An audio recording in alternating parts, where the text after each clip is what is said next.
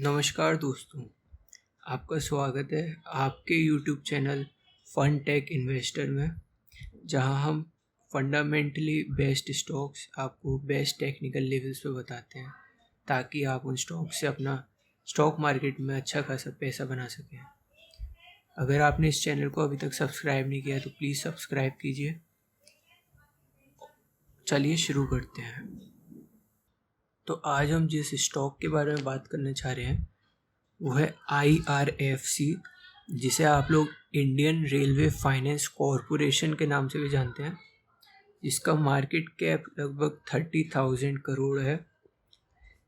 अभी तक इस स्टॉक के बारे में काफ़ी सारे सवाल हैं, जैसे कि ये स्टॉक अभी तक क्यों नहीं भागा है, हमारी बाइंग प्राइस के ऊपर नहीं जा पा रहा है, बाइंग प्राइस से भी नीचे है, क्या स्टॉक हमारा ख़राब है, क्या इस स्टॉक से एग्ज़िट कर लेना चाहिए, या अभी ये स्टॉक में कितना टाइम लगेगा भागने में, या भागेगा भी कि नहीं। तो यही सब सवालों के जवाब आज हम देंगे अपनी समझ के अनुसार। जैसे कि इसका मार्केट कैप आप लोगों को मैंने बताया 30,000 करोड़ है, जो कि एक लार्ज कैप कंपनी से बनाती है ऑलरेडी। फिर भी इसकी प्राइस 23 रुपीज़ है। तो इस प्राइस में मेरे अकॉर्डिंग इतना सेफ और इतना बेहतरीन स्टॉक आपको नहीं मिलेगा। बेहतरीन इसलिए क्योंकि इसका मेन बिजनेस जो है वो ये एक फाइनेंस कंपनी यानी कि NBFC आप इसे कह सकते हैं। ये एक NBFC है जो कि रेलवेज़ को फाइनेंस करती है। रेलवेज़ को फाइनेंस करने का काम इस कंपनी का है। रेलवे में जो भी कैपिटल रिक्वायरमेंट या पैसे की ज़रूरत होती है सरकार को, किसी भी तरीके से मान लीजिए इंफ्रास्ट्रक्चर डेवलप करना है, कोई भी रेल ट्रैक बिछवाना है, या और कोई मॉडिफिकेशन करना है ट्रेन के अंदर, या कोई और सीट्स वगैरह या फ़ैन वगैरह कुछ और इम्प्रूवमेंट करने, या कुछ भी है वाईफाई से रिलेटेड अगर कोई खर्चा है, तो वो सब के लिए अगर सरकार को पैसा चाहिए रेलवे डेवलपमेंट के लिए, तो सरकार मेनली इसी कंपनी को अप्रोच करती है और यही कंपनी उसको सरकार को फाइनेंस भी करती है। अब मेन चीज़ आप देखिए, इसका बिज़नेस क्यों अच्छा है। अच्छा वर्ड कहा क्योंकि इसका बिज़नेस एक्चुअली काफ़ी अच्छा है।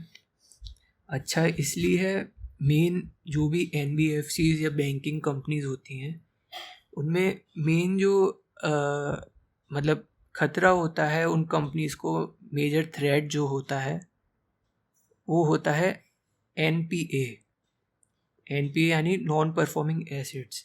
NPA का मतलब होता है, जिन लोगों को नहीं पता उनको मैं बताना चाहूँगा। NPA का मतलब होता है अगर कोई हमारा बैड डेट हो जाता है। बैड डेट यानी हमने किसी को लोन दिया, वो लोन नहीं चुका पाया, तो उसे हम नॉन परफॉर्मिंग एसेट यानी NPA घोषित कर देते हैं। इसका मतलब है हमारे पास वो पैसा जो हमने दिया था लोन, वो हमारे पास अब वापस नहीं आने वाला, हम ऐसा बोल सकते हैं। लेकिन अब ये क्योंकि सरकारी कंपनी है तो सरकार तो लोन डिफ़ॉल्ट नहीं करती, बल्कि और जैसे आप देखेंगे SBI है और भी कई सारी पब्लिक सेक्टर जो PSU बैंक्स हैं, उनमें बल्कि और सरकार इनफ्लो करती है पैसों का।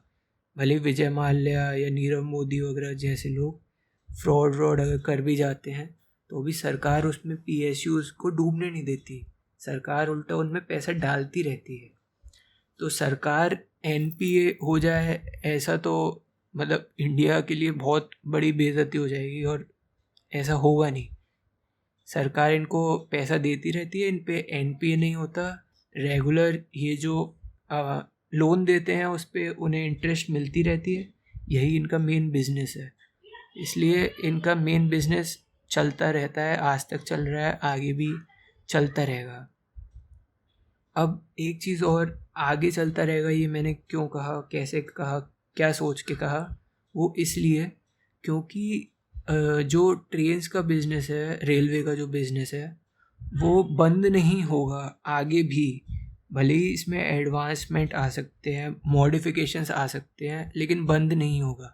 ये मैं इसलिए कह रहा हूँ क्योंकि जैसे कि जापान कंट्री जो है वहाँ पे भी अगर आप देखेंगे ट्रेन्स का मॉडिफिकेशन हुआ है।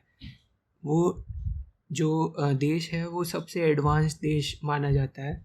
वहाँ भी ट्रेन्स बंद नहीं हुई, भले ही काफ़ी सारे मॉडिफिकेशंस हो गए हैं, टेक्नोलॉजी बढ़ी है, लेकिन ट्रेन्स अभी भी चल रही हैं। बुलेट ट्रेन्स आई हैं, वहाँ ट्रेन्स में एडवांसमेंट हुआ है, इंफ्रास्ट्रक्चर में डेवलपमेंट हुआ है, कई अलग अलग तरीके के ट्रैक्स बने हैं, टनल्स बने हैं, डेवलपमेंट हुआ है। लेकिन ये बिज़नेस बंद नहीं हुआ है। अब डेवलपमेंट होगा तो उसके लिए चाहिए पैसा। पैसा कौन देगी? IRFC। तो इसका बिज़नेस तो बल्कि और आगे चल के बहुत अच्छा बढ़ना है। तो क्या ख़राब बिज़नेस है इस वजह से एग्ज़िट करें? तो मेरा मानना है बिल्कुल भी नहीं, एग्ज़िट बिल्कुल नहीं करना है। अब ये बिज़नेस आप देखेंगे, जब ये कंपनी लिस्ट नहीं हुई थी हमारे स्टॉक मार्केट में, जो कि ये शायद से मार्च 2020 में ही आई है, सॉरी शायद मैं मिस्टेक कर रहा हूँ, मतलब 2021 के आसपास ही ये लिस्ट हुई है। तो आप देखेंगे इसका बिज़नेस जो है काफ़ी अच्छा चल रहा था। इसकी सेल्स लगातार ईयर ऑन ईयर ग्रो कर रही थी। जैसा कि आप देख सकते हैं, ये सेल्स का डेटा है इसका। मार्च 2016 में इसकी सेल, सॉरी थोड़ा नेट का इशू हुआ था। जैसे कि आप देख सकते हैं मार्च 2016 से लेके इसका जो डेटा है वो मैं आपको दिखाता हूँ। 16 में इसकी सेल्स 7,507 का इसने मतलब लोन दिया था। उसके बाद बढ़ के 9,000, फिर 9,200, फिर 11,000, फिर 13,800, फिर आगे मार्च जो कि अब चल रहा है इसी साल मार्च 2021, इसमें 15,770 करोड़ की सेल्स है। इन करोड़ है ये। तो इसकी सेल लगातार बढ़ रही है, इसका रेवेन्यू जो है बढ़ रहा है। ऐसे ही आप देखेंगे इसका जो प्रॉफिट है, प्रॉफिट का नंबर आप देखेंगे तो वो भी साल बाय साल बढ़ ही रहा है। 7,500 है तो 9,000, फिर 9,200, 11,000, फिर 13,000, 15,000, ईयर ऑन ईयर ग्रोथ ही है। अब आप लोग कहेंगे अगर ये ईयर ऑन ईयर ग्रोथ है तो इसके शेयर प्राइस में इतनी बढ़ोतरी क्यों नहीं हो रही है? क्या ये स्टॉक बेकार है, हम एग्ज़िट करें? तो उसके बारे में भी मैं आपको बताता हूँ। तो आपके इस क्वेश्चन का जवाब देने के लिए मैं आया हूँ शेयर होल्डिंग पैटर्न पे। शेयर होल्डिंग पैटर्न में ऐसे आप देख सकते हैं, प्रमोटर्स के पास इस वक्त जून 2021 में 86.36% शेयर है। और जैसा कि आप जानते हैं, स्टॉक लिस्ट होने के 3 साल बाद तक स्टॉक से वो प्रमोटर्स को एग्ज़िट करना पड़ता है। मैंडेटरी है, उन्हें 75% और बिलो अपनी शेयर होल्डिंग लानी पड़ती है। और फॉरेन इन्वेस्टर्स आप देखेंगे 0.86% हैं कुल।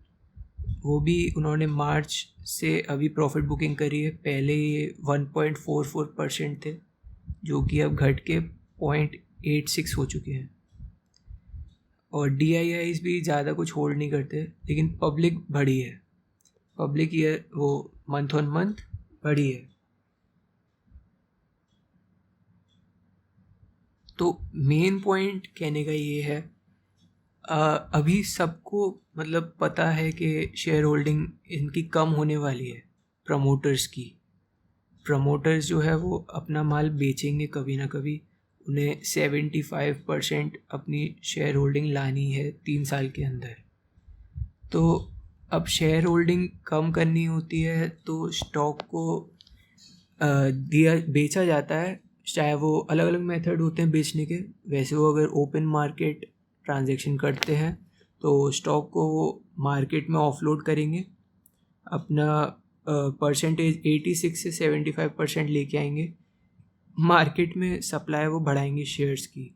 अगर शेयर्स की सप्लाई बढ़ाएंगे तो इसकी प्राइस ऑटोमेटिकली डाउन हो जाएगी। तो इसका ये मतलब नहीं अभी जैसे कुछ 23 के आसपास चल रहा है तो डाउन होके 20 आ जाएगा, हो भी सकता है आ जाए। लेकिन वो जब है जब इस प्राइस पे वो अपने शेयर्स को ऑफलोड करते हैं। वैसे यूजुअली देखा गया है कि प्राइस को ऑफलोड करने से पहले प्रमोटर्स जो है शेयर्स को पूरी अच्छी तरह से भगाने की कोशिश करते हैं।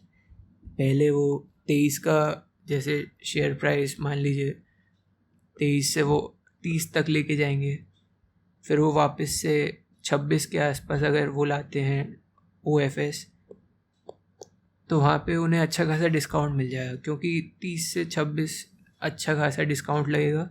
तो उस समय जो है उस समय आते हैं FIIs, DIIs, ये सब माल खरीदने के लिए, क्योंकि पब्लिक के लिए इतना कुछ ज़्यादा मतलब ईजी नहीं होगा। 86 से 75 11% अगर वो बेचें तो पब्लिक उनका सारा माल खरीद ले, इतना इजी नहीं होता। मेन उस समय एंट्री करते हैं हमारे FIIs और DIIs। तो बस इस समय यही इंतज़ार हो रहा है शेयर में, FIIs और DIIs, इन्हीं की होल्डिंग जब बढ़ेगी तभी शेयर में आएगी अच्छी खासी रौनक, अच्छी खासी तेज़ी। अपने पूरे पोटेंशियल के हिसाब से ये शेयर भागेगा। इंतज़ार यही है कब प्रमोटर्स अपनी होल्डिंग कम करेंगे, कब इस शेयर में आएगी FIIs और DIIs की होल्डिंग। अब मेन पॉइंट जो उठता है वो ये है कि अभी अगर प्रमोटर्स अपनी होल्डिंग कम करेंगे तो क्या हम लोग एग्ज़िट कर लें, क्या शेयर से निकल जाएं जब तक के लिए? तो इसका भी मैं आंसर आपको देना चाहूँगा। देखिए, शेयर जो है वो इस समय मान लीजिए चल रहा है 23 रुपीज़। इसकी फाइनेंशियल्स हम आपको बता चुके हैं, इसकी फाइनेंशियल्स बहुत अच्छे हैं, ईयर ऑन ईयर ग्रोथ है, लोन में भी NPA इसका होने का चांस बहुत ही ना के बराबर है। इनका बिजनेस लॉन्ग टर्म बिजनेस है, आगे भी चलता रहेगा। और जैसे जैसे रेलवेज़ में प्रोग्रेस होगी, कुछ भी प्रोग्रेस, तो इन्हीं से सब पैसा लिया जाने वाला है। गवर्नमेंट इसी को अप्रोच करती है, IRFC को, लोन्स वगैरह के लिए, जो कि वो धीरे धीरे इंटरेस्ट समेत चुकाती है। तो इस कंपनी को फ़ायदा ही होना है आगे चल के। तो इस शेयर को अगर आप इस प्राइस पे भी बाय करना चाहते हैं, होल्ड करना चाहते हैं, तो बिल्कुल कर सकते हैं। इनफैक्ट मैं कहूँगा आप जो है अपना आधा पैसा फ़िलहाल इसमें लगा सकते हैं। आधा पैसा से मेरा मतलब है, मान लीजिए अगर आपके पास फ़िलहाल 10,000 रुपीज़ हैं, तो उसमें से 5,000 आप इस समय इस प्राइस पे इन्वेस्ट कर सकते हैं 23 की। फिर अब जैसे मैंने आपको बताया इसमें OFS आएगा, गवर्नमेंट होल्डिंग कम करेगी, तो हो सकता है उससे पहले इस शेयर को बढ़ाया जाए, काफ़ी अच्छा भगाया जाए। इसकी प्राइस 30 तक भी लेके जा सकते हैं, ये मेरा अंदाज़ा है। 30 हो सकता है कम रखें थोड़ी, हो सकता है इस पे ही आए OFS। तो अगर ये 30 तक भी अगर लेके जाते हैं और आपके पास मान लीजिए अपनी आधी कैपिटल का ख़रीदा हुआ है, तो उस समय आप अपने थोड़े से शेयर्स जो है बेच भी सकते हैं अगर अच्छा खासा इसका बढ़ जाता है प्राइस, या फिर आप होल्ड भी रख सकते हैं अगर आप शॉर्ट टर्म इन्वेस्टर नहीं है। तो मान लीजिए आपने 5,000 के शेयर्स खरीदे थे 23 की प्राइस पे, तो 30 तक जाने पे आप चाहें तो अपने 2,500 के जो आपने शेयर्स खरीदे थे वो बेच सकते हैं। OFS जो है डिस्काउंट पे आएगा, डिस्काउंट होके फिर मान लीजिए इसकी प्राइस जो भी कम आती है, मान लीजिए 26, 27, 20 जो भी आती है XYZ, उस पर फिर आप अपनी होल्डिंग बढ़ा सकते हैं और फिर उस समय आप अपना बाकी का पैसा लगा सकते हैं। जैसे आप पे 10,000 था रिज़र्व्ड, तो उसमें से आपके 2,500 अभी लग चुके थे इसमें, तो आप बाकी के 7,500 भी उस समय लगा सकते हैं अगर आप लॉन्ग टर्म के इन्वेस्टर हैं। तो अच्छा खासा उसके बाद शेयर ज़रूर भागना चाहिए, इसमें पोटेंशियल काफ़ी अच्छा है।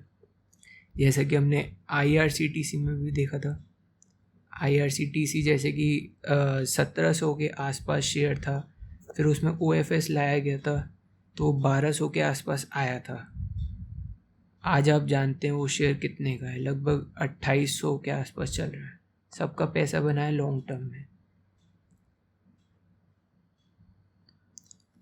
तो जाते जाते बस मैं आप लोगों से इतना ही कहना चाहूँगा, शेयर में कोई ख़राबी नहीं है। जो लोग पूछ रहे थे क्या हम एग्ज़िट कर जाएं, क्या हमारा शेयर बेकार है, हमारा शेयर भाग क्यों नहीं रहा है, तो ऐसा कुछ नहीं है।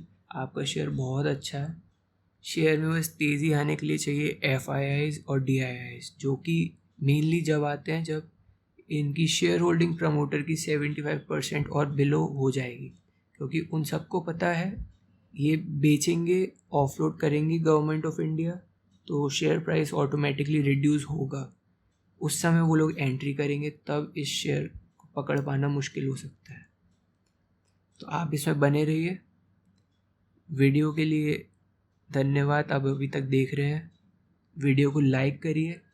लाइक करने से मेरा मोटिवेशन बढ़ेगा, मेरे को पता लगेगा मेरा कंटेंट अच्छा लगा आप लोगों को, मेरे को और कंटेंट बनाना चाहिए।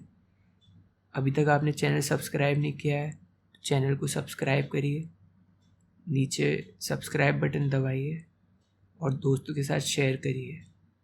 थैंक यू मेरी वीडियो को देखने के लिए।